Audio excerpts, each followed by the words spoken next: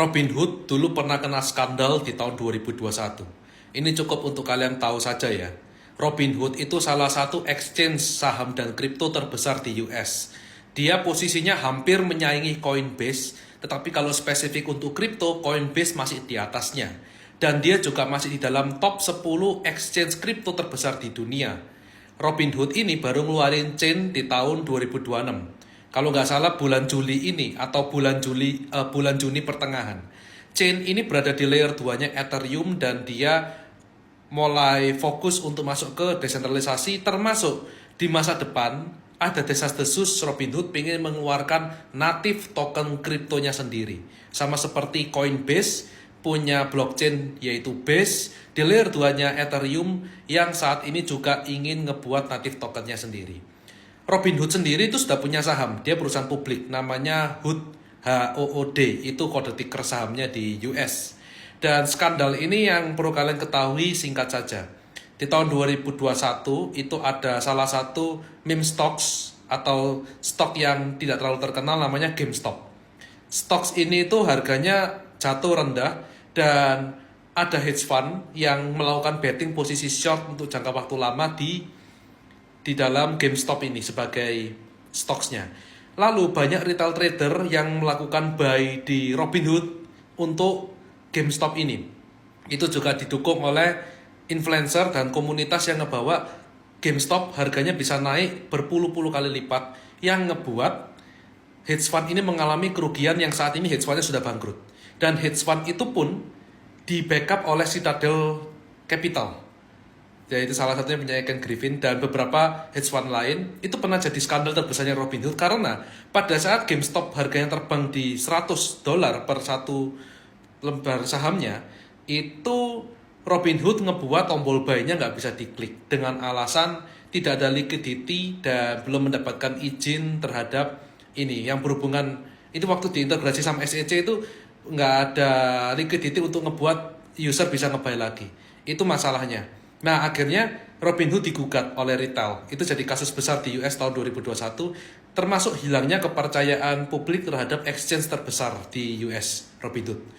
Itu karena harga naik terus, Robinhood diduga bekerja sama dengan hedge fund yang hampir bangkrut, yang juga di-backup oleh hedge fund lainnya. Jadi hedge fund yang bangkrut ini namanya Melvin Capital. Lalu di backup oleh Citadel Capital karena dananya kurang. Ya bisa dibilang Citadel lebih besar. Jadi butuh dana untuk nge-cover posisi short yang rugi miliaran dolar. Robinhood itu termasuk salah satu kenalannya. Maksudnya mereka satu insider team. Dia minta CEO-nya Robinhood untuk ngehilangkan tombol buy sehingga retail nggak bisa beli lagi. Dari situ harga GameStop langsung jatuh. Nah, harga GameStop yang jatuh ngebuat Melvin Capital itu kerugiannya menjadi berkurang banyak.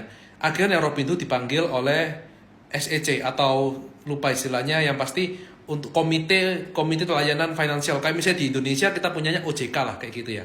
OJK atau Bapepti. Nah itu SEC atau satu lagi itu yang ngeintegrasi Robinhood itu diduga melakukan manipulasi sehingga retail itu mengalami banyak kerugian dari situ. Jadi maksudnya retail ini untung banyak gara-gara fair play. Mereka semua beli GameStop.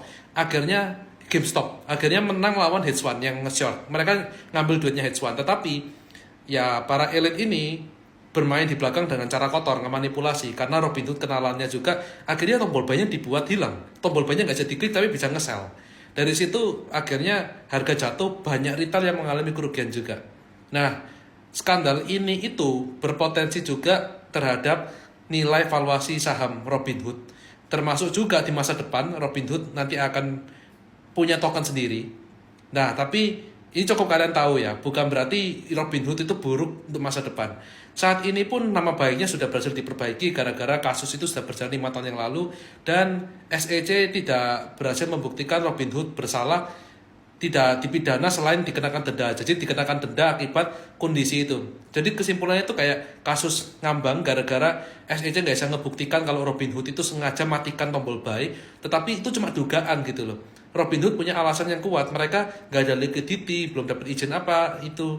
Nah akhirnya kerugian itu semua ditutup, kasus ditutup dengan puluhan juta dolar. Jadi kata kuncinya adalah Robinhood ngebayar pemerintah puluhan juta dolar untuk menutup kasusnya dengan alasan yang terlihat profesional Walaupun retail pun punya dugaan-dugaan yang lebih agresif bahwa ada kemungkinan mereka kerjasama.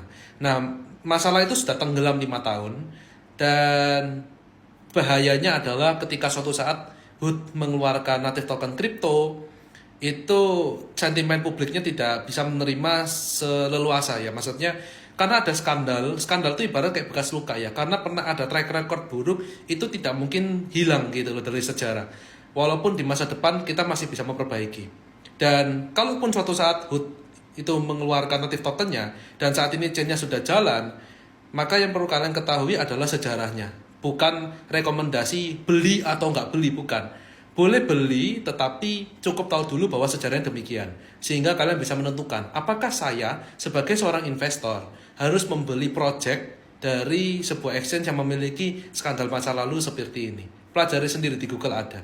Chain ini aman buat Robinhood karena dia tidak mengeluarkan aset tokennya sendiri. Dia hanya memfasilitasi di teknologi blockchain. Jadi meme coin itu masih bisa ngepump dan itu cuma ekosistem aja.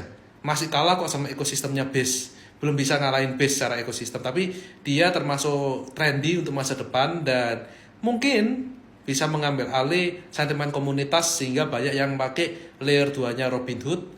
Itu tetap ada kemungkinan juga, tetapi Base hari ini masih yang menjadi Base dan Solana hari ini masih yang jadi top performer dalam ekosistem blockchain-nya. Terus token HOOD itu bagus untuk spekulasi di masa depan, ya karena itu suatu hari nanti direncanakan ada dalam beberapa tahun ya. Rencananya atau prediksi dari analis itu Base lebih dulu daripada Robinhood. Itu aja prediksinya. Kedua itu adalah exchange, kedua itu adalah perusahaan blockchain layer 2 dan ibarat kata kayak kalian pengen ngulang Arbitrum, Optimism di era-era yang dulu pernah ada itu. Ya kayak Arbitrum dulu waktu pertama kali muncul kan bisa naik 10 kali lipat, 15 kali lipat ya kan. Terus sekarang harganya anjlok. Berarti kalau sebagai investor mau nge-forecast kan Base, Robinhood mengeluarkan token karena mereka punya similarities yang sama. Hari awal-awal nge-pump dulu, habis itu nanti harganya anjlok. Itu memang potensinya ada. Tapi keputusan itu nanti kalian ambil sendiri, setidaknya kalian tahu latar belakang Robinhood seperti apa.